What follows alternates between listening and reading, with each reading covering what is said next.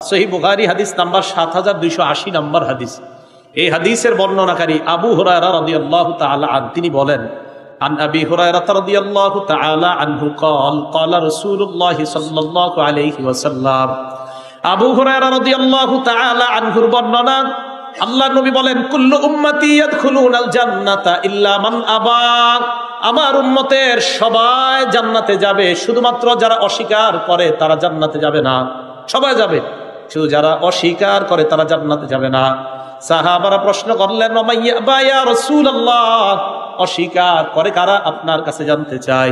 আল্লাহ নবী বলেন, মান আতাআনি দাখালাল জান্নাহ, আমাকে যারা মান্য করে তারাই আমার কথা স্বীকার করে, তারা আল্লাহর জান্নাতের মেহমান। ওমান আসানি ফাকাদ আবা।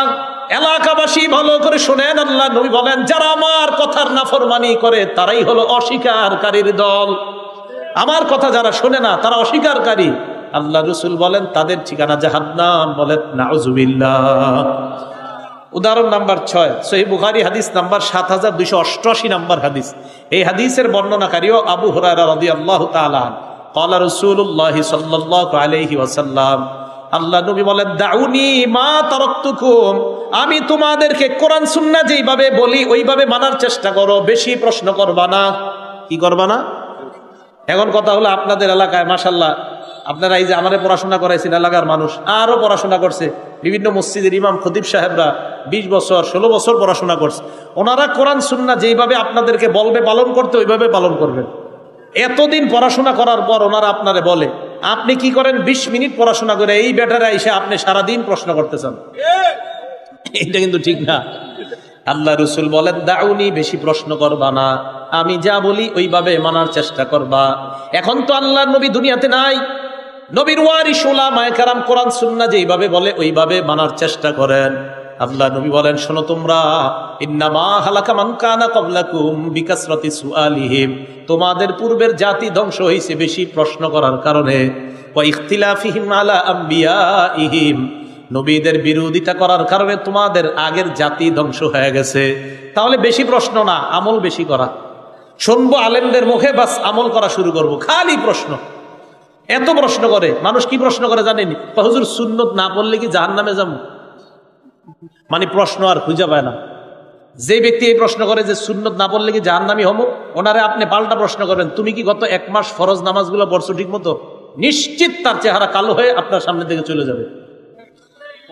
যে আপনারা বলে যে সুন্নত নামাজ না পড়লে গুনাহ হবে কিনা, এলাকার মসজিদের ইমাম সাহেব যারা আছেন, যদি এই প্রশ্ন কখনো শোনেন যে হুজুর সুন্নত না পড়লে কি গুনাহ হবে, পাল্টা বলবেন, ভাই গত 1 মাস আপনি ফরজ নামাজগুলো পড়ছেন নি, সুন্নত পড়ে ফরজগুলো পড়ছেন? দেখবেন তখন কবি নীরব হয়ে আপনার সামনে থেকে বিদায় নেবে।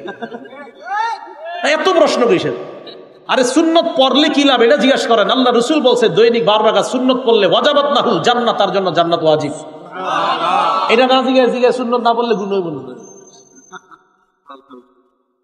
তাহলে আমরা প্রশ্ন বেশি করব না, আমল জানবো, আমল করব। ফজরের আগে 2 রাকাত, যোহরের আগে 4 রাকাত, 6 রাকাত, যোহরের পরে 2 রাকাত, 8 রাকাত, মাগরিবের পরে 2 রাকাত, 10 রাকাত, এশার পরে 2 রাকাত, 12 রাকাত। আল্লাহ রাসূল বলেন, মান সাবারা, যারা দৈনিক এই 12 রাকাত সুন্নত আদায় করবে, ওয়াজাবাত লাহুল জান্নাহ, আল্লাহ তার জন্য জান্নাত ওয়াজিব করবে।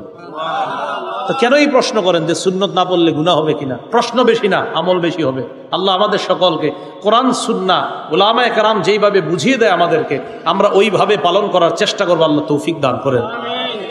তাহলে এই হলো 1 নাম্বার, কোরআন সুন্নাহ আঁকড়ে ধরা। যদি ইমানি জীবন, ইমানি মরণ আমরা চাই, 1 নাম্বার শর্ত কোরআন সুন্নাহ আঁকড়ে ধরা। এখন কোরআন সুন্নাহ মানার ক্ষেত্রে মন দিয়ে শুনবেন, এই যে আমি 6টা হাদিস বললাম, প্রত্যেক হাদিসের ক্ষেত্রে একজন সাহাবার নাম বলছি না? প্রথম হাদিসের মধ্যে বললাম হযরত জাবেরের নাম, দ্বিতীয় হাদিসে মিকদাম ইবনে মাদি কারব, তৃতীয় হাদিসে আবু মুসা আব্দুল্লাহ ইবনে আব্বাস, চতুর্থ হাদিসে আবু মুসা, পঞ্চম হাদিসে আবু হুরায়রা, 6 নম্বর হাদিসে আবু হুরায়রা। এই যে সাহাবাদের নাম বইলে হাদিসগুলা বললাম, কি বোঝা যায়? সাহাবা ছাড়া হাদিস বলা সম্ভব না। কি বলা যায়? কি বোঝা যায়? সাহাবা ছাড়া হাদিস বলা। হ্যাঁ, যেহেতু আল্লাহ রাসূলের সাহাবা ছাড়া আমরা হাদিসগুলা বলতে পারবো না, তাই সাহাবাদের সমালোচনা আমরা কখনো করব না। কাদের সমালোচনা করব না? হ্যাঁ, মনে রাখবেন, কোরআন সুন্নাহ মানবো, মানার ক্ষেত্রে আমরা আল্লাহ রাসূলের সাহাবাদের ব্যাখ্যা গ্রহণ করব। ব্যাখ্যা গ্রহণ করার ক্ষেত্রে সাহাবাদের সমালোচনা আমরা করব না। কেন আমরা সাহাবাদের সমালোচনা করব না? মুসলিম শরীফের 2531 নম্বর হাদিসের বর্ণনা, আল্লাহ নবীর সাহাবা বলেন সাল্লাইনাল মাগরিবা মা রাসূলিল্লাহি সাল্লাল্লাহু আলাইহি ওয়াসাল্লাম, আমরা আল্লাহর নবীর সাথে মাগরিবের নামাজ আদায় করলাম। মাগরিব আদায় করার পর সুম্মা কুলনা লাউ জালাসনা হাত্তা নুসাল্লিয়া মাগুল ইশা, মাগরিব পড়ছি, পড়ার পর মসজিদে বসে রইলাম। একজন আরেকজনকে বললাম আমরা এশার নামাজ পর্যন্ত অপেক্ষা করব, আল্লাহর নবীর সাথে এশার নামাজ করার পর আমরা বাসায় যাব। আপনারা মাগরিব পড়ছেন মসজিদে, মাগরিব পড়ে বসে রয়েছেন, আপনাদের নিয়ত হলো ইমাম সাহেব এশা পড়াবে, এরপর মসজিদ থেকে বাসায় যাবেন।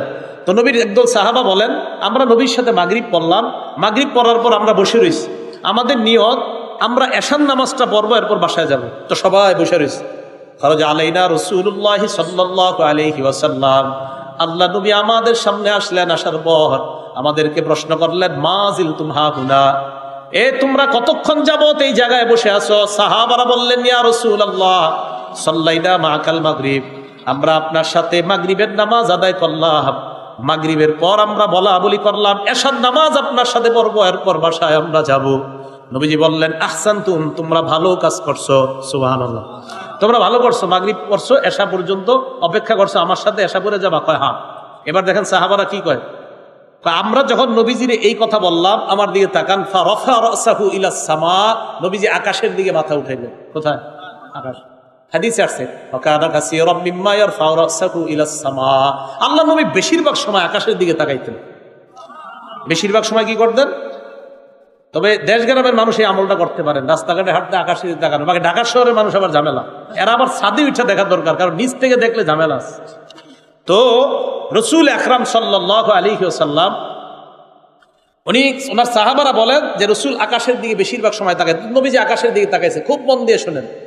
আকাশের দিকে তাকানোর পর আল্লাহ নবী কয় আন-নুজুমু আমানাতুন লিস-সামা, আকাশের নক্ষত্রগুলা আকাশের জন্য আমানত, নিরাপত্তা। এই নক্ষত্রগুলা যতদিন থাকবে আকাশ ততদিন থাকবে। ফাইদা যাহাবাতিন নুজুম, নক্ষত্রগুলা যদি বিলীন হয়ে যায়, আতাস-সামা আমা তুআদু, আসমান ধ্বংস হয়ে যাবে, কিয়ামত হয়ে যাবে। মন দিয়ে শুনুন। এরপর আল্লাহ নবী বলেন আমানাতুন লি আসহাবি, আমি আমার সাহাবাদের জন্য নিরাপত্তা স্বরূপ। ফাইদা যাহাবতু, আমি যখন বিদায় নিয়ে নিব, আতা আসহাবি মা ইউআদুনা, আমার সাহাবাদের উপর একের পর এক বিপদ আসতে থাকবে, ফিতনা আসতে থাকবে। এই যে ইমাম মুআবিয়া আলী রাদিয়াল্লাহু তাআলা আনহু, এরপরে আস্তে আস্তে সাহাবাদের মাঝে বিভিন্ন বিষয়ে মতভেদ শুরু হয়ে যাওয়া। রাসূল বলেন আমি চলে যাব, তো সাহাবাদের উপর একের পর এক বিপদ আসতে থাকবে। এবার আল্লাহ নবী বলেন শোনো তোমরা উম্মত, ওয়া আসহাবি আমানাতুল লি উম্মতি, আমার সাহাবারা পুরা দুনিয়ার উম্মতের জন্য নিরাপত্তা। আমার সাহাবারা পুরা দুনিয়ার উম্মতের জন্য নিরাপত্তা। মন দিয়ে শুনবেন, সাহাবাদের সমালোচনা ভুলেও করবেন না। আল্লাহ নবী বলেন ফাইদা যাহাবা আসহাবি, আমার সাহাবারা যদি বিদায় নেয়, আতা উম্মতি মা ইউআদুনা, তাহলে আমার উম্মতের উপর গজব এসে যাবে, আমার উম্মত যেন কিয়ামতের অপেক্ষা করে নেয়। সাহাবারা দুনিয়া থেকে বিদায় নেওয়া, এটাই উম্মতের জন্য পুরা কপালের লক্ষণ। তো আল্লাহ রাসূল বললেন আরে আমার উম্মতের উপর সাহাবারা যতদিন থাকবে, উম্মতের জন্য ততদিন নিরাপত্তা থাকবে। আমার সাহাবারা বিদায় নিবে তো উম্মত বিপদের মধ্যে পড়বে। এই কথাটা আরেকটা বর্ণনা দ্বারা বোঝা যায়। আস-সিলসিলাতুস সহিহা 3283 নম্বর হাদিস, এই হাদিসের মধ্যে আসছে রাসূল করিম সাল্লাল্লাহু আলাইহি সাল্লাম বলেন লা তাজালুনা বিখাইরিন মা দামা ফীকুম মান রাআনি, তোমরা ততদিন কল্যাণের মধ্যে থাকবা যতদিন আমার সাহাবারা তোমাদের মাঝে থাকবে। তো রাসূল আকরাম সাল্লাল্লাহু আলাইহি সাল্লাম কি বললেন? আমার সাহাবারা তোমাদের মাঝে থাকা মানে তোমরা কল্যাণের মধ্যে থাকা। এরপর কি বলে দেখেন, ওয়াল্লাহি লা তাজালুনা বিখাইরিন মা দামা ফীকুম মান রাআনি, আল্লাহর কসম তোমরা ততদিন কল্যাণের মধ্যে থাকবা যতদিন তোমাদের মাঝে তারা থাকবে যারা আমার সাহাবাদেরকে দেখছে, মানে তাবেঈরা। এই হাদিস দ্বারা বোঝা যায় ইমাম আবু হানিফা, ইমাম আলকামা ইবনে আক্কাস আল-লাইসি, ইমাম শাফি, ইমাম মালিক, তাদেরকেও গালি দেওয়া যাবে না। রাসূল বলছেন আমার সাহাবাদেরকে যারা দেখছে তারা তোমাদের মাঝে যতদিন আছে ততদিন তোমরা কল্যাণের মধ্যে থাকবা। তাহলে সাহাবাদেরকে দেখছে তাবিরা। এরপর আল্লাহ নবী বলেন আল্লাহি লা তাজালুনা বিখাইরিন মা দামা ফীকুম মান রাআনি, আমার সাহাবাদেরকে যারা দেখছে তাদেরকে যারা দেখছে মানে তাবেঈন যতদিন তোমাদের মাঝে থাকবে ততদিন তোমরা কল্যাণের মধ্যে থাকবা। হাদিস দ্বারা বোঝা যায় সাহাবারা উম্মতের জন্য কল্যাণ। তাই মেহেরবানি করে কোন সাহাবাদের সমালোচনা আমরা করব না, এই কথাটা মাথায় রাখবেন। ইবনে মাজার 162 নম্বর হাদিসের মধ্যে আসছে রাসূল আকরাম সাল্লাল্লাহু আলাইহি সাল্লামের সাহাবা বর্ণনা করেন, লা তাসুব্বু আসহাবা মুহাম্মাদিন সাল্লাল্লাহু আলাইহি ওয়াসাল্লাম, সাহাবাদেরকে তোমরা গালি দিও না। এবার দেখেন কি কয়, লা মুকামু আহাদিহিম ইয়ানি সাআতান মা'আন নবী সাল্লাল্লাহু আলাইহি ওয়াসাল্লাম খায়রুম মিন আমালিকুম উমরা।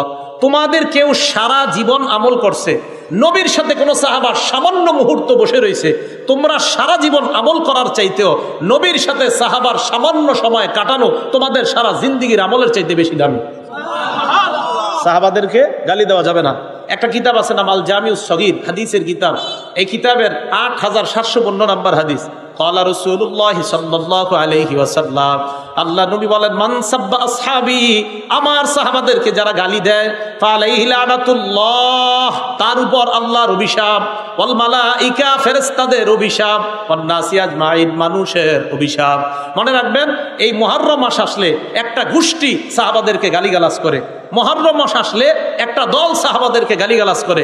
ভাইও ভালো করে মনে রাখবেন, সাহাবাদেরকে গালি দিবেন না, সাহাবাদের ব্যাপারে গালি শুনবেন না, সাহাবাদেরকে যেই মজলিসগুলোতে গালি দেওয়া হয় ওই মজলিসে যাবেন না, সাহাবাদের গালি দিয়েন না, সাবধান, একদম জীবন শেষ হয়ে যাবে। রাসূল আকরাম সাল্লাল্লাহু আলাইহি সাল্লাম, সহিহ বুখারী হাদিস নাম্বার 3673 নম্বর হাদিস, এই হাদিসের মধ্যে রাসূল আকরাম সাল্লাল্লাহু আলাইহি সাল্লাম বলেন, লা তাসুব্বু আসহাবি, আমার সাহাবাদেরকে তোমরা গালি দিও না। কি কয় দেখেন, লাউ আন্না আহাদাকুম আনফাকা মিসলা উহুদিন যাহাবা, তোমাদের কেউ যদি উহুদ পাহাড় সমপরিমাণ স্বর্ণ আল্লাহর রাস্তায় দান করো, কি পাহাড় সমপরিমাণ? উহুদ পাহাড় পরিমাণ স্বর্ণ যদি আল্লাহর রাস্তায় দান করে তোমাদের কেউ, মা বালাগা মুদ্দা আহাদিহিম, আমার দিকে তাকান, নবী বলেন, আমার সাহাবা 2 হাতে যা দান করছে, তোমাদের উহুদ পাহাড় সমপরিমাণ স্বর্ণ আল্লাহর রাস্তায় দান করলেও আমার সাহাবার 2 হাত পরিমাণ দানের কাছেও পৌঁছতে পারবে না। নবীজি বলেন না না, ওয়ালা নাসিফা, 2 হাত না, কয় 1 হাতে যা দান করছে। প্রথম বলছে 2 হাত, পরে কয় না 1 হাত, আমার সাহাবা 1 হাতে যা দান করছে, তোমরা উহুদ পাহাড় সমপরিমাণ স্বর্ণ দান করলেও আমার সাহাবার ধারে কাছেও যেতে পারবে না। ভাই কথাগুলো মনে থাকবে। তাহলে হাদিস মানবো আমরা, কোরআন সুন্নাহ মানতে হবে, সাহাবা বাদ দেওয়া যাবে না। সাহাবাদের সূত্র ধরেই কোরআন সুন্নাহ বুঝতে হবে আমাদের। এই জন্য একদল সাহাবাদেরকে সমালোচিত বানাইতে চায়, কেন জানেন? তারা কেমন যেন কোরআন সুন্নাহর উপর আঘাত করতে চায়, আক্রমণ করতে চায়। এই জন্য সাহাবা সমালোচনা থেকে আল্লাহ আমাদেরকে হেফাজত করেন। বিসমিল্লাহ। আরেকটা হাদিস শোনেন, রাসূল আকরাম সাল্লাল্লাহু আলাইহি সাল্লামের এক সাহাবা নাম আব্দুল্লাহ ইবনে আব্বাস রাদিয়াল্লাহু তাআলা আনহুমা, কিতাবের নাম শরহুত তাহাবিয়া, 693 নম্বর হাদিস। এই হাদিসের মধ্যে আসছে আল্লাহ রসুলের সাথে কোনো সাহাবা সামান্য সময় অবস্থান করা, আগে বলছে সারা জীবন, এই হাদিসের মধ্যে বলছে আল্লাহ রসুলের সাথে কোনো সাহাবার সামান্য সময় অবস্থান তোমাদের 40 বছর ইবাদতের চাইতে বেশি দামি। এই কথাগুলো আমি কেন বলছি জানেন? এই মুহররম মাস আসলে আমাদের নবীজির একজন বিখ্যাত সাহাবার সমালোচনা করা হয়, তার নাম আমিরে মুআবিয়া রাদিয়াল্লাহু তাআলা। কি নাম বলেন তো? মুআবিয়া রাদিয়াল্লাহু তাআলা। এই মুআবিয়া রাদিয়াল্লাহু তাআলা সমালোচনা কেন করা হয়? উনি হলেন ইয়াজিদের আব্বা। কার আব্বা? ইয়াজিদ। যেই ইয়াজিদ কারবালার প্রান্তরে হুসাইন রাদিয়াল্লাহু তাআলা আনহুকে শহীদ করছে, এই ইয়াজিদের আব্বা ইমাম মুআবিয়া রাদিয়াল্লাহু তাআলা। ইয়াজিদকে কেন্দ্র করে মুআবিয়া রাদিয়াল্লাহু তাআলা আনহু সমালোচনা করা হয়। মনে রাখবেন, বাবাকে সন্তানের কারণে সমালোচনা যদি করেন, নূহ আলাইহিস সালাতু ওয়াস সালামের ছেলে কাফের ছিল, এখন নূহ নবীর সমালোচনা করবেন আপনারা? ইব্রাহিম নবীর আব্বা কাফের ছিল, এখন ছেলের সমালোচনা করবেন? লূত আলাইহিস সালামের বিবি কাফেরা ছিল, এই বিবির কারণে স্বামীর সমালোচনা করবেন?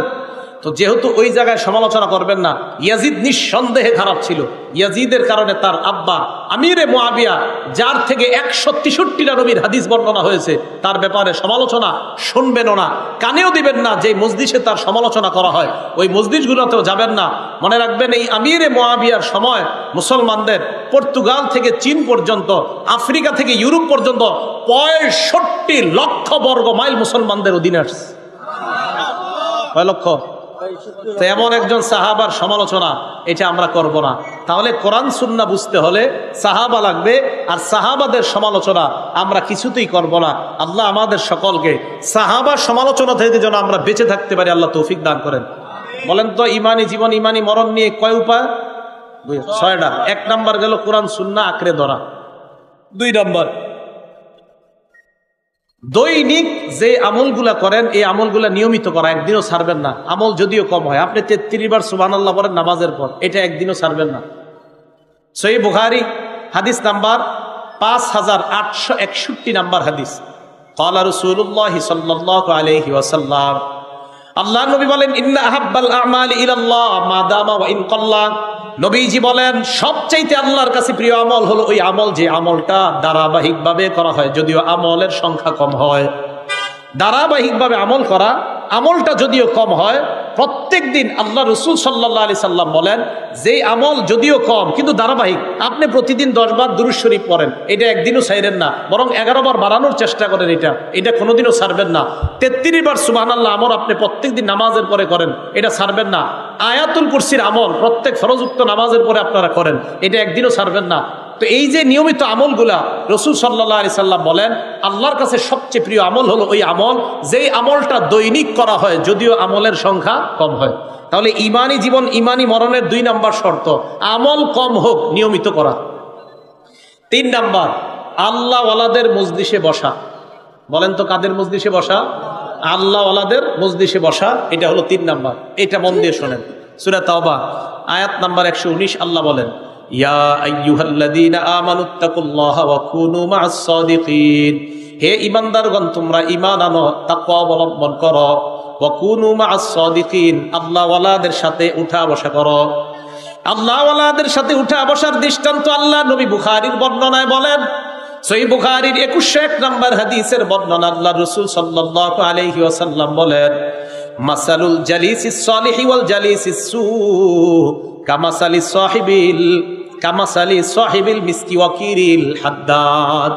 আল্লাহ রাসূল বলেন, তোমাদের সন্তান খারাপ সঙ্গীর সাথে উঠা বসা করে নাকি ভালো সঙ্গীর সাথে উঠা বসা করে?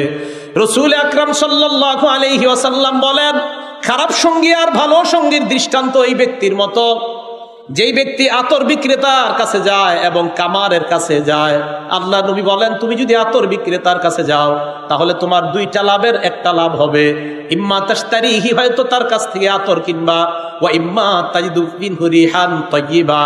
আতর বিক্রেতার কাছে যখন তুমি যাও, হয়তো তার কাছ থেকে তুমি টাকা থাকলে আতর কিনবা, আর যদি তোমার কাছে টাকা না থাকে অন্তত তার কাছ থেকে ফিরি তুমি আতরের ঘ্রাণ পাইবা। আল্লাহ নবী বলেন, ভালো মানুষের সঙ্গ গ্রহণ করার লাভ হলো এইটা।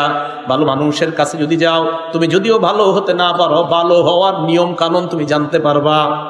ভালো মানুষের সাথে উঠা বসা করা।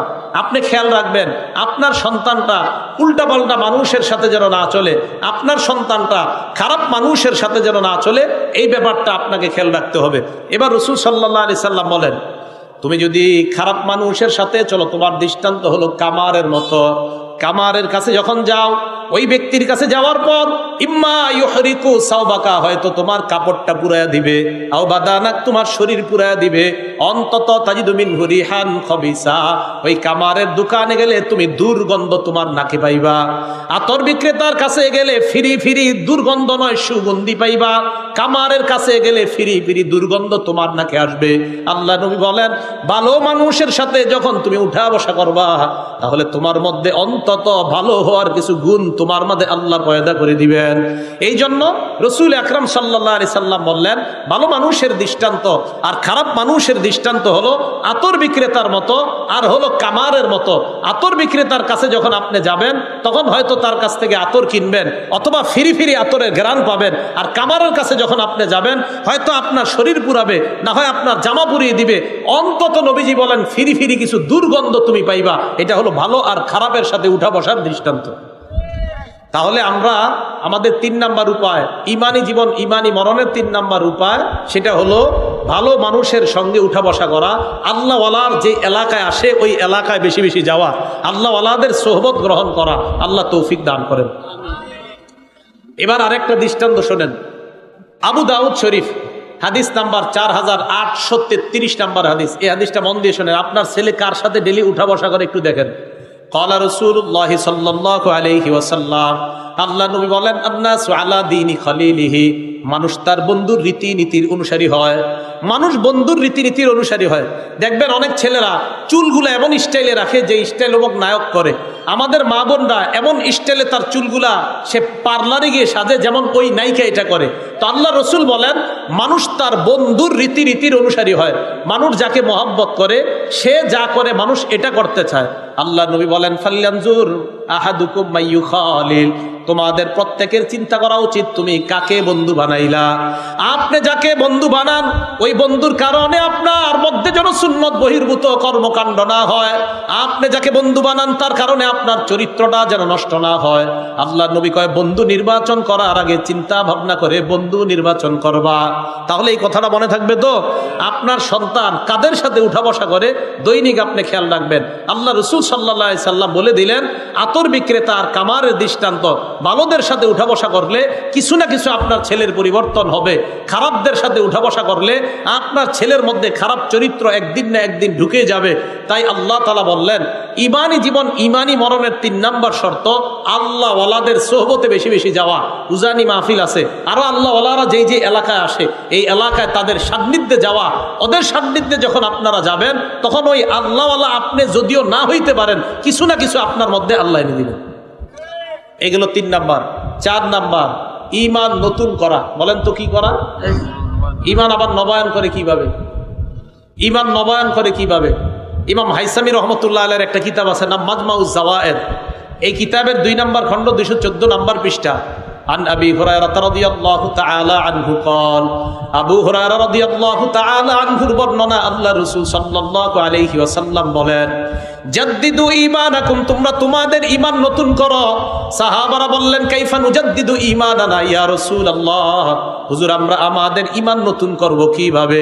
নবীজি বললেন আকসিরু কাওলা লা ইলাহা ইল্লাল্লাহ, তোমরা বেশি বেশি লা ইলাহা ইল্লাল্লাহর আলোচনা করবা, আল্লাহ তোমাদের ঈমান তাজা বানায়া দিবেন। এখন লা ইলাহা ইল্লাল্লাহর আলোচনা কোথায় হয়?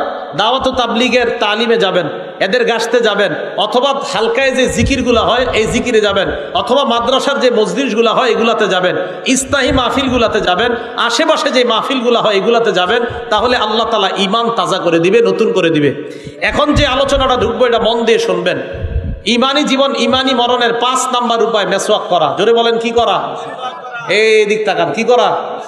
মেসওয়াক করছেননি 5 ওয়াক্ত আজকে সবাই? হ্যাঁ করেন নাই।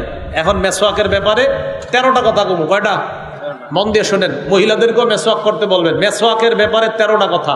1 নাম্বার, মেসওয়াকের ব্যাপারে রাসূল আকরাম সাল্লাল্লাহু আলাইহি সাল্লামকে হুকুম করা হয়েছে। এই ব্যাপারে 2টা দৃষ্টান্ত দিব। সহিহুল জামে হাদিসের কিতাব 1 নাম্বার দৃষ্টান্ত হাদিস নাম্বার 1375 নাম্বার হাদিস। এই হাদিসের বর্ণনাকারী আনাস ইবনে মালিক রাদিয়াল্লাহু তাআলা। দেখেন কি কয়। عن أنس بن مالك رضي الله تعالى عنه قال قال رسول الله صلى الله عليه وسلم, আমার দিকে তাকান।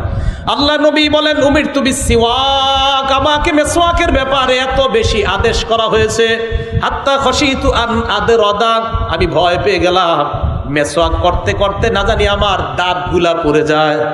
আমারে এত বেশি আদেশ করছে জিবরিল আমিন আইসা আল্লাহর পক্ষ থেকে, আমি ভয় পেয়ে গেলাম যে মেসওয়াক এইভাবে ঘষতে ঘষতে না জানি আমার দাঁত পড়ে যায়। এত বেশি আমাকে আদেশ করছে মেসওয়াক করতে।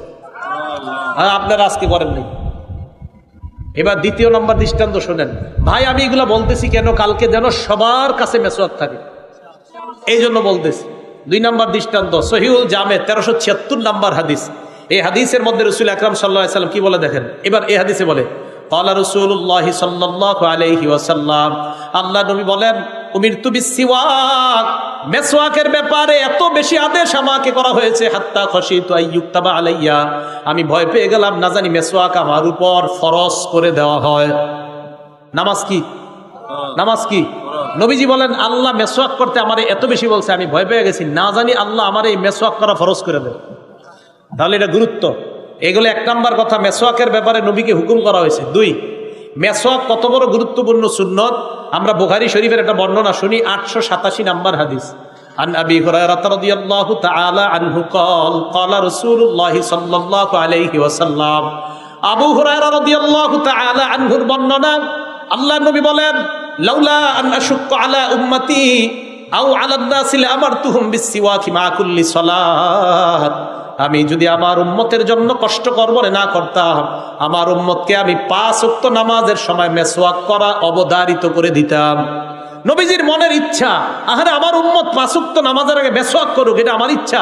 নবীজিকে আমার উম্মতের যদি কষ্ট না হইতো আমি 5 ওয়াক্ত নামাজের আগে তাদেরকে মেসওয়াক করা অবধারিত করে দিতাম। এখন নবী কি বুঝাইতে চায়? নবী বুঝাইতে চায় দেখো উম্মত আমার মনের তামান্না তোমরা সবাই মেসওয়াক করো, এই জন্য আমি আল্লাহ রসুলের বাণী আপনাদেরকে শোনায় গেলাম। ইমানি জীবন ইমানি মরণের ৫ নম্বর শর্ত মেসওয়াক করা। ভাই সবাই মেসওয়াক কিনবেন, ৫ ওয়াক্ত নামাজের আগে শুধু মেসওয়াক করবেন এমন না, আরো হাদিস শোনেন, দেখবেন আপনারা অবাক হয়ে যাবেন যে মেসওয়াকের এত গুরুত্ব ইসলামে। ৩ নাম্বার, মেসওয়াক নবীজি অধিকাংশ সময় করতেন, শুধু নামাজের সময় তো করতেনই, অধিকাংশ এমনি নবীজি মেসওয়াক করতেন। সুবহানাল্লাহ। আবু মুসা রাদিয়াল্লাহু তাআলা আনহুর বর্ণনা, থাক ওটা লাগবে না, থাক ফ্যান লাগবে না, রাখেন। আবু মুসা রাদিয়াল্লাহু তাআলা আনহুর বর্ণনা, নাসাই শরীফের ৩ নাম্বার হাদিস, একদম নাসাই শরীফ কিতাবটা খুললেই হাদিসটা পাওয়া যায়। ক্বালা রাসূলুল্লাহ, এই নাসাই শরীফের ৩ নাম্বার হাদিসে আবু মুসা বলেন, দাখালতু আলা রাসূলিল্লাহি সাল্লাল্লাহু আলাইহি ওয়াসাল্লাম ওয়া হুয়া ইয়াস্তান্নু, আমি নবীজির কাছে গেলাম, এমন অবস্থায় নবী মেসওয়াক করতেছিলেন। এবার একটা মজার কথা শুনেন, অতরফুস সিওয়াক আলা লিসানি, আমি দেখলাম মেসওয়াকের একটা কিনারা নবীর জিহ্বা এভাবে। সুবহানাল্লাহ। এবার কয় ওয়া হুয়া ইয়াকুলু আ আ, আল্লাহর নবী আ আ করতেছিলেন আর মেসওয়াক করতেছিলেন। দেখেন আমি সুন্দরভাবে বলতে পারতেছি না, নিশ্চিত আমার আ আটা সুন্দর হইতেছে না, আমার নবী যেভাবে করছে নিশ্চিত ওটা অনেক সুন্দর ছিল, আর আমি যেটা করতেছি এটা আসলে সুন্দর হইতেছে না। তো সাহাবা বলেন যে নাসাই শরীফে পুরো স্পষ্ট লেখা যে রসুল মেসওয়াক করতেছিলেন, ওয়া হুয়া ইয়াকুলু আ আ, আল্লাহ রসুল আ আ করতেছিলেন। তো আমি যদি স্বপ্নে কখনো দেখি আপনাদেরকে বলতে পারবো যে নবীর আ আ কেমন ছিল, নিশ্চিত অনেক সুন্দর ছিল, বাকি আমি দেখাইতে পারতেছি না। তো দেখবেন আমরা মেসওয়াকের সময় একটা আওয়াজ হয় আমাদের, ঠিক না? এরকম আ আ করলে একটা আওয়াজ হয়। তো আবু মুসা বলেন আমি রসুলকে দেখলাম এরকম আওয়াজ করতেছে। ভাই মেসওয়াক করবেন তো ইনশাল্লাহ?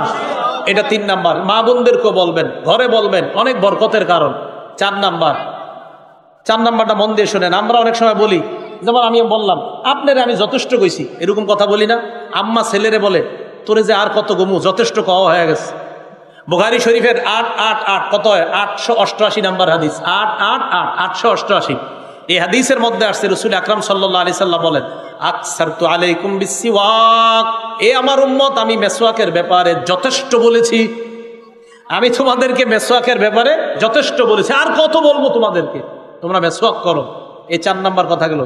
৫ নাম্বার, মেসওয়াক করা প্রত্যেকটা মুসলমানের কর্তব্য। এটা আবার কি কইলাম? মেসওয়াক করা প্রত্যেকটা মুসলমানের কর্তব্য। প্রত্যেকটা মুসলমানের ৩টা কর্তব্য আছে মৌলিক। বলেন তো কয়টা? ৩টা। একটা কিতাব আছে হাদিসের নাম সহিহুল জামে, ৩১৫৩ ৩১৫৩ নাম্বার হাদিস। এই হাদিসের মধ্যে আসছে হাক্কুকুল্লি মুসলিমিন আস-সিওয়াক, প্রত্যেকটা মুসলমানের ১ নাম্বার কর্তব্য হলো মেসওয়াক করা। ২ নাম্বার কর্তব্য গুসলু ইয়াউমিল জুমআ, জুমার দিন গোসল করা। ৩ নাম্বার কর্তব্য আইয়ামাসা তিবা আহলিহি, সুগন্ধি ব্যবহার করা। আল্লাহ নবী বলেন প্রত্যেকটা মুসলমানের ৩টা কর্তব্য। ১ নাম্বার মেসওয়াক করা, ২ নাম্বার জুমার দিন গোসল করা, ৩ নাম্বার শরীরের মধ্যে সুগন্ধি ব্যবহার করা। তাহলে করবো তো ইনশাল্লাহ? ৬ নাম্বার, আমি আপনি বলি না আর এটা ওর স্বভাব, হুজুর মুখে একটু তোতলামি আছে, আর এটা এর জন্মগত স্বভাব, বলি কিনা? হাদিসের মধ্যে আল্লাহ নবী বলেন তোমাদের 10টা বিষয় স্বভাবগত বিষয়। বলেন আমাদের স্বভাবগত বিষয় কয়টা? কিন্তু আপনারা তো স্বভাবে দেখান নাই, আজ কি তো মেসওয়াক করেন নাকি, কই হইল আপনাদের স্বভাব? এটা নবীজি বলেন 10টা বিষয় স্বভাবগত। আম্মা জান আয়েশা সিদ্দিকা রাদিয়াল্লাহু তাআলা আনহার বর্ণনা, ক্বালা রাসূলুল্লাহ সাল্লাল্লাহু আলাইহি ওয়াসাল্লাম, আল্লাহ নবী বলেন আশারুম মিনাল ফিতরা, 10টা বিষয় স্বভাবগত। নাসাই শরীফের 5040 নাম্বার হাদিসের বর্ণনা, 5040 5040। এই হাদিসের মধ্যে আল্লাহ নবী বলেন 10টা বিষয় তোমাদের স্বভাবগত। এবার দেখেন 1 নাম্বার বিষয়টা হলো কসসুশ শারিবি, মুছ ছোট করা। মুছ কি করা? তাহলে মুসলমান মুছ ছোট করা, এটা মুসলমানের স্বভাবগত বিষয়। 2 নাম্বার কসসুল আসফার, নখ ছোট রাখা, নখ ছোট করা। নখ বড় করা এগুলো হলো হাইওয়ান জানোয়ারের লক্ষণ, নখ ছোট রাখা এটা মুসলমানের লক্ষণ, এটা মুসলমানের স্বভাব। 3 নাম্বার আল্লাহ রসুল বলেন গসলুল বারাজিমি, অঙ্গ প্রত্যঙ্গ দৌত করা। আলহামদুলিল্লাহ মুসলমানরা 5 ওয়াক্ত নামাজের আগে অঙ্গ প্রত্যঙ্গ দৌত করে। 4 নাম্বার বলমুনি, 4 নাম্বার আসলে সত্যি সবাই কোন বলমুনি, আরো জোরে কোন বলমুনি। 4 নাম্বার ইহইয়া ইফাউল লিহিয়া, দাড়ি লম্বা করা। আওয়াজ শুনে ইফাউল লিহিয়া লেগেছে। 4 নাম্বারটা কমুনি, দাড়ি লম্বা করা। আরে মানুষের দাড়ি লম্বা হবে এটা তো স্বভাবগত বিষয়, এটা তো স্বভাব, এটা মানুষের তো মুসলমানের দাড়ি লম্বা হবে এটাই স্বভাবগত বিষয়। তাহলে 4 নাম্বারটা এখন কিন্তু ঠিকের আওয়াজটা কমে গেছে। হ্যাঁ কমে গেছে, বুঝছি, এটা হলো 4 নাম্বার। 5 নাম্বার আল্লাহ রসুল বলেন আসসিওয়াক, 5 নাম্বার স্বভাবগত বিষয় হলো মেসওয়াক করা। মুসলমান মেসওয়াক না করে থাকে কিভাবে? মুসলমান মেসওয়াক করবে, এটাই তো মুসলমানের স্বভাব। 5। 6 নাম্বার আল ইস্তিনশাক, নাকে পানি দেওয়া। 6 নাম্বার নাকে পানি দেওয়া। নাকের ভিতর ময়লা থাকে, মুসলমান ওযুর সময় এটা বলে দিতে হবে কেন? এ তো অটোমেটিক পানি দেওয়ার কথা। 7 নাম্বার ওয়ানাতফুল ইবতি, বগলের নিচের পশম কাটা। 8 নাম্বার ওয়াহালকুল আনা, নাভির নিচের অবাঞ্ছিত পশমগুলো পরিষ্কার করা। 9 নাম্বার ইন্তিকাসুল মা, ঢিলা কুলুপ ব্যবহার করার পর মুসলমান পানি দ্বারা তার লজ্জাস্থান পবিত্র করা, এটা স্বভাবগত বিষয়। আপনাদের ব্যাপার জানি না, ঢিলা কুলুপ করার পরে পানি না নেওয়া পর্যন্ত তো আমার শান্তি হয় না। এটা তো শান্তি নেওয়ারই কথা, ঢিলাও নেবেন পানিও নেবেন, পানি না নেওয়া পর্যন্ত মনে হয় যে না এখনো কিছু হয়নি। তাহলে মুসলমান ঢিলাও নিবে, পানিও ব্যবহার করবে, রসুল বলল স্বভাব। 10 নাম্বারটা ভুলে গেছে। কি করছি? মানে আমি ভুলে গেছি এরকম না, হাদিস যিনি বর্ণনা করছে উনি কয় 10 নাম্বারটা ভুলে গেছে। আরে ভাই, হাদিসের বর্ণনাকারী একজন না মুসআব, উনি কয় নাসিতুল আশিরা, দেখো 10 নাম্বারটা ভুলে গেছে। পরে উনি আবার শেষে কয় তুমি আমার মনে হচ্ছে ইল্লান তাকুনাল মাজমাজা, 10 নাম্বারটা হলো কুলি করা। সুবহানাল্লাহ। ওই বর্ণনাকারী বলেন শোনো, 10 নাম্বারটা আমার মনে নাই, মনে করতে পারতেছি না, 10 নাম্বারটা আমি ভুলে গেছি, তবে আমার মনে হচ্ছে 10 নাম্বারটা কুলি করা। ওই বর্ণনাকারী বলছে, তাই আমিও বললাম আমি ভুলে গেছি, যেহেতু উনি বলছে উনি ভুলে গেছে। এরপর আবার উনি বলছে কুলি করা, তাই আমিও বলে দিলাম কুলি করা। কথা বুঝে আসছে? তাহলে এই 10টা বিষয় স্বভাবগত বিষয়। রাসূল আকরাম সাল্লাল্লাহু আলাইহি সাল্লাম বললেন এই 10টা বিষয় হলো স্বভাবগত বিষয়। ভাই, এই 10টার মধ্যে বলেন তো মেসওয়াক করার কথা আছে কিনা, দাড়ি লম্বা করার কথা আছে কিনা, কুলি করা, নাকে পানি দেওয়া। মুসলমান তো এগুলো অটোমেটিক করবে। তাহলে ভাই ওই অটোমেটিকের সাথে আজকে নতুন একটা জানলাম যে মেসওয়াক করা এটা মুসলমানের স্বভাব, মুসলমান এটা ছাড়তে পারে না। আল্লাহ আমাদের সকলকে আমলটার প্রতি গুরুত্ব দেওয়ার তৌফিক দান করেন। ভাই আমরা সবাই করব। 7 নাম্বার দেখি, 7 নাম্বারটা আপনারা কারা কারা এই আমলটা করবেন। আমি মেসওয়াক একটা পকেটে রাখি, একটা লালবাগ, একটা আমার বাসায়। বাসারটা কেন, এটার কারণ আছে দেখেন। তো মেসওয়াকের 7 নাম্বার উপকারিতাটা শোনেন। নাসাই শরীফের 8 নাম্বার হাদিস, একদম পৃষ্ঠা শুরু খুললে হাদিসটা। একজনে আম্মাজান আয়েশা সিদ্দিকারে প্রশ্ন করলেন, আম্মাজান আপনার কাছ থেকে অনেক কিছু জানতে মনে চায়। কয় কি জানতে মনে চায় বলো। আম্মাজান নবীজি যখন বাহির থেকে ঘরে আসে সর্বপ্রথম কি করে? আমি দেখবো আজকে আপনাদের মধ্যে আশিকা রাসূল কারা। কয় নবীজি যখন সর্বপ্রথম ঘরে আসে আম্মাজান নবীজি কি করে? তুমি তো একটা সুন্দর প্রশ্ন করছো। প্রশ্নকারী বলেন, আম্মাজান বিআইয়ি শাইইন ইয়াবদাউন নবিয়্যু সাল্লাল্লাহু আলাইহি সাল্লাম ইযা দাখালা বাইতা। আমার এলাকার মানুষ আপনাদেরকে করজোর করে বলছি এই আমলগুলো করেন, বোঝা যাবে আপনার মধ্যে নবীর মহব্বত আছে। আম্মাজান আয়েশাকে প্রশ্ন করলেন, আম্মাজান নবীজি ঘরে এসে সর্বপ্রথম কি করে? আম্মাজান জবাব দিলেন, ক্বালাত বিসসিওয়াক। নবীজি ঘরে আসার পর কোনো কিছু করার আগে সর্বপ্রথম মেসওয়াক করে। কি করে? আমি হয়রান হয়ে গেছি যে নবীজি ঘরে ঢুকে কোনো কাজ নাই, প্রথম মেসওয়াক। তাহলে আপনারা এই সুন্নতটা পালন করেন। জিলাপি সিন্নির সুন্নত তো অনেক পালন করছেন, এটা একটু করেন দেখি এটা কয়জনে করতে পারেন। যে আশিকা রাসূল, হুজুর আমি নবীর খুব মহব্বত করি, তো নবীর মহব্বতে ঘরে ঢুকে মেসওয়াক করেন, তখন বোঝা যাবে আপনার মধ্যে রসুলের প্রেম আছে কিনা। ঠিক না? এক ওয়াক্ত নামাজও পড়ে না, জিলাপির সময় সবার আগে আমি নবীর বেশি ভালোবাসি। এক ওয়াক্ত নামাজও পড়ে না। যাই হোক, না ভণ্ড বললেন না, নাউজুবিল্লাহ, মানুষ এরকম না বলা। তো যাই হোক, রাসূল আকরাম সাল্লাল্লাহু আলাইহি ওয়াসাল্লাম 7 নাম্বার কি? ঘরে ঢুইকা বলেন তো সর্বপ্রথম কি করতেন? মেসওয়াক। তাহলে মেসওয়াকের গুরুত্ব দিব তো আমরা। আচ্ছা দেখি আপনারা সত্যি সত্যি ওয়াদা করেন তো কালকে কারা কারা মেসওয়াক নেবেন ইনশাআল্লাহ। মাশাআল্লাহ, হাত নামান। কারণ ঈমান নিয়ে তো আমরা মরতে চাই। এই মেসওয়াক যারা করবে নিয়মিত ইনশাআল্লাহ মৌতের সময় কালিমা নসিব করবে আল্লাহ। 8 নাম্বারটা শুনেন, বুখারী শরীফের 245 নাম্বার হাদিস, হযরত হুযায়ফা রাদিয়াল্লাহু তাআলা আনহুর বর্ণনা। হযরত হুযায়ফা রাদিয়াল্লাহু তাআলা আনহু বলেন, কানা রাসূলুল্লাহ সাল্লাল্লাহু আলাইহি ওয়াসাল্লাম ইযা কামা মিনাল লাইল ইয়াশুসু ফাহু বিসসিওয়াক। নবীজি যখন তাহাজ্জুদ নামাজ পড়তে উঠতেন তখন মেসওয়াকের মাধ্যমে আল্লাহর নবী তার মুখের পবিত্রতা বাড়ায় নিতেন। কিসের মাধ্যমে? শোনেন একটু। ইয়াশুসু ফাহু বিসসিওয়াক অর্থ হলো মেসওয়াক দ্বারা দাঁত পরিষ্কার করতেন। আমি এই অনুবাদ করি না, আমি বললাম পরিচ্ছন্নতা বাড়ায় নিতেন। কারণ আমার নবীর মুখ দাঁত এমনি পরিচ্ছন্ন, তাই বলছি পরিচ্ছন্ন বাড়াইতেন। আর আমাদের মুখ পরিচ্ছন্ন না, আমাদের মুখে গন্ধ হয়, তাই আমাদের সময় অনুবাদ হবে আমরা পরিষ্কার করা, নবীর সময় অনুবাদ হবে নবী পরিচ্ছন্নতা আরো বাড়ায় নিতেন। বুঝে আসছে সবার? 9 নাম্বার, আমরা কি করি? মাঝে মাঝে নামাজ পড়ি, তো চার রাকাত পড়লাম। যেমন মনে করেন লাইলাতুল কদরে আপনারা 3 জনে মিলাদ শুরু করলেন যে চল আজকে নফল করি, তো 4 রাকাত পড়ার পরে বললেন কি চল একটু চা খাই, তো চা খাইয়া আবার পড়েন। আমার নবী কি করতেন দেখেন। ইবনে মাজাহ 288 নাম্বার হাদিস, আব্দুল্লাহ ইবনে আব্বাস রাদিয়াল্লাহু তাআলা আনহুমার বর্ণনা। আপনারা যদি আমলগুলা করতে পারেন ইনশাল্লাহ নবীর সাথে আপনার গোপন সম্পর্ক তৈরি হবে, এই মনে রাখবেন।